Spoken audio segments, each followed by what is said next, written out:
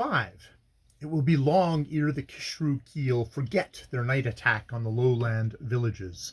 The mullah had promised an easy victory and unlimited plunder, but behold, armed troopers of the Queen had risen out of the very earth, cutting, slashing, and riding down under the stars, so that no man knew where to turn, and all feared that they had brought an army about their ears, and ran back to the hills.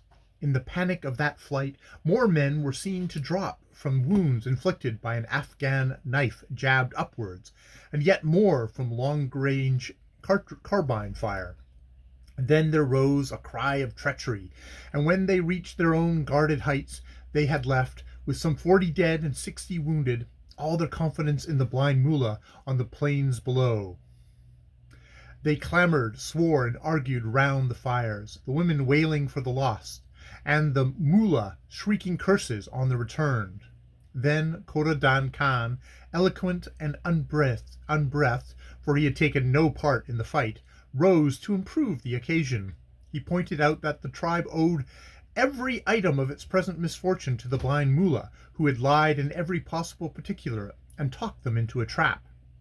It was undoubtedly an insult that a Bengali, the son of a Bengali, should presume to administer the border, but that fact did not, as the mullah pretended, herald a general time of license and lifting, and the inexplicable madness of the English had not in the least impaired their power of guarding their marches.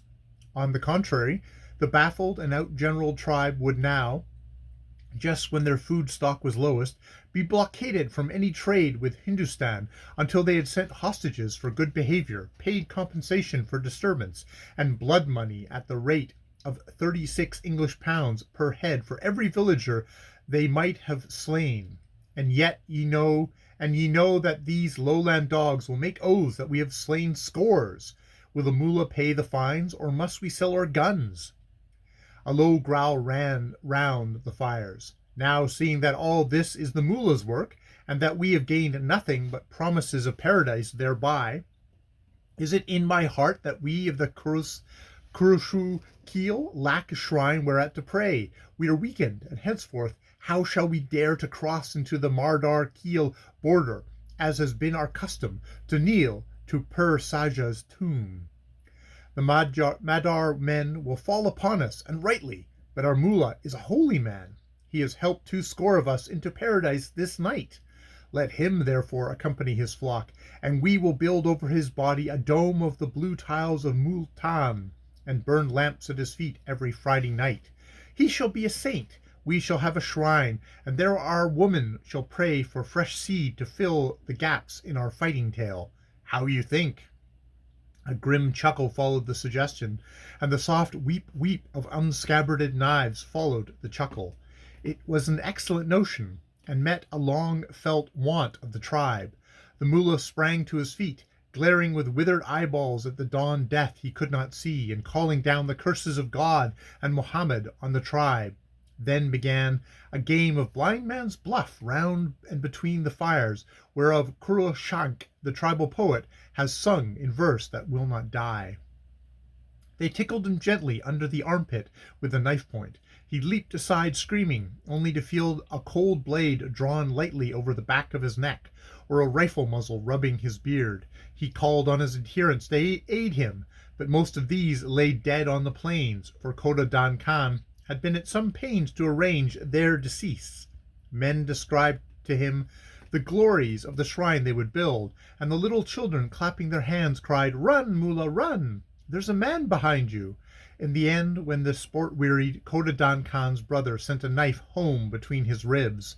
"Wherefore," said Khorasan Khan with charming simplicity, "I am now chief of the Khushru Kale." No man gainsaid him, and they all went off to sleep very stiff and sore. On the plain below, Tommy Dodd was lecturing on the beauties of a cavalry charge by night, and Talentire, bowed on his saddle, was gasping hysterically because there was a sword dangling from his wrist, flecked with the blood of the Khushru Keel, the tribe that Ord had kept in leash so well. When a Rajput trooper pointed out that the skewbald's right ear had been taken off at the root by some blind slash of its unskilled rider, Talentire broke down altogether and laughed and sobbed till Tommy Dodd made him lie down and rest. We must we must wait about till the morning, he said. I wired to the colonel just before we left to send a wing of the Benshakalias after us. He'll be furious with me for monopolizing the fun, though. Those beggars in the hills won't give us any more trouble. Then tell the Benshakalias to go on and see what has happened to the Kurbar on the canal. We must patrol the whole line of the border. You're quite sure, Tommy, that stuff was only the skewbald's ear? Oh, quite, said Tommy. You just missed cutting off his head. I saw you when we went into the mess. Sleep, old man. Noon brought 2 squadrons of Benshakalis and a knot of furious brother officers demanding the court-martial of Tommy Dodd for spoiling the picnic, and a gallop across the country to the canal works, where Ferris, Kubar, and Huganin were haranguing the terror-stricken coolies on the enormity of abandoning good work and high pay merely because a half-dozen of their fellows had been cut down.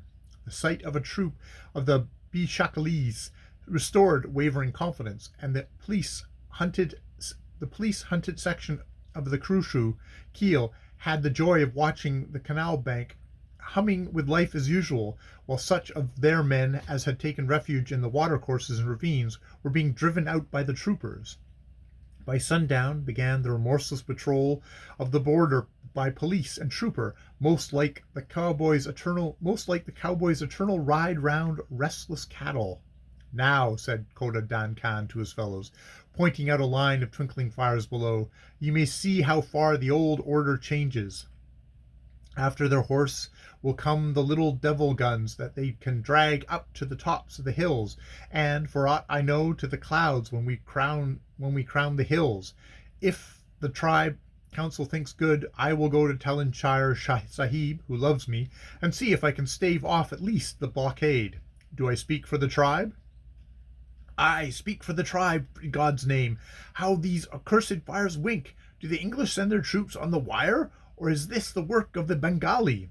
As Kota Dan Khan went down the hill, he was delayed by an interview with a hard-pressed tribesman, who caused him to return hastily for something he had forgotten. Then, handing himself over to the 2 troopers who had been chasing his friend, he claimed escort to Talanshire Sahib, then with Bulos at Jamala. This border was safe, and the time for reasons in writing had begun. Thank heavens, said Bulos, that the trouble came at once. Of course, we can never put down the reason in black and white, but all India will understand. It is better to have a sharp, short outbreak than 5 years of impotent administration inside the border. It costs less. Grish Chunder Day has reported himself sick and has been transferred to his own province without any sort of reprimand. He was strong on not having taken over the district. Of course, said Talantar bitterly. Well, what am I supposed to have done that was wrong? Oh, you will be told that you exceeded all your powers and should have reported and written and advised for 3 weeks until the Krushrakil could really come down in force. But I don't think the authorities will dare to make a fuss about it. They've had their lesson. Have you seen Kurbar's version of the affairs? He can't write a report, but he can speak the truth. What's the use of the truth? He'd much better tear up the report. I'm sick and heartbroken over it all. It was so utterly unnecessary, except in that it rids us of that Babu. Entered unabashed Kota Dan Khan, a stuffed forage net in his hands, and the troopers behind him. May you never be tired, he said cheerfully. Well, Sahibs, that was a good fight, and Nam Shah's mother is in debt to you, Talantar Sahib. A clean cut, they tell me, through the jaw, wadded cloth, and deep into the collarbone. Well done. But I speak for the tribe. There has been a fault, a great fault. Thou knowest I and mine, Talantar Sahib, kept the oath we swore to Ord Sahib on the banks of the Indus. As an Afghan keeps his knife sharp on one side, blunt on the other, said Talantar. The better swing in the blow, then. But I speak God's truth. Only the blind mullah carried the young man on the tip of his tongue and said that there were no more border law because a Bengali had been sent, and we need not fear the English at all. So they came down to avenge that insult and get plunder. Ye know what befell, and how far I helped. Now 50 of us are dead and or wounded, and we are all shamed and sorry, and desire no further war. Moreover, that ye may better listen to us, we have taken off the head of the blind mullah, whose evil counsels have led us to folly. I bring it for proof. And he heaved onto the floor the head. He will give no more trouble, for I am chief now, and so I sit in a higher place in all audiences. Yet there is no offset to this head. That was another fault. One of the man found the black Bengali beast, through whom all this trouble arose, wandering on horseback and weeping, reflecting that he had caused loss of much good life. Aladdin Khan, whom, if you choose, I will tomorrow shoot, whipped off his head, and I bring it to you to cover your shame, that ye may bury it. See, no man kept the spectacles, though they were of gold. Slowly rolled to Talantar's feet the crop-haired head of the spectacled Bengali gentleman, open-eyed, open-mouthed, the head of terror incarnate. Bullows bent down. Yet another blood fine, and a heavy one, quoted Dan Khan, for this is the head of Dembara Nath, the man's brother. The Babu is safe long since, but all the fools of the Kushru Keel know that. Well, I care not for carrion. Quick meat for me. The thing was under our hills asking the road to Jumala, and Aladdin Khan showed him the road to Janinium, being, as thou sayest, but a fool. Remains now what the government will do to us. As to the blockade, who art thou, seller of dog's flesh? Thundered Talantar. To speak of terms and treaties. Get hence to the hills. Go and wait there starving till it shall please the government to call thy people out for punishment. Children and fools that ye be. Count your dead, and be still. Rest assured that government will send you a man. Aye, returned Kota Dan Khan, for we also be men. And he looked Talantar between the eyes and added, and, by good Sahib, may thou be that man. And that is the end of that.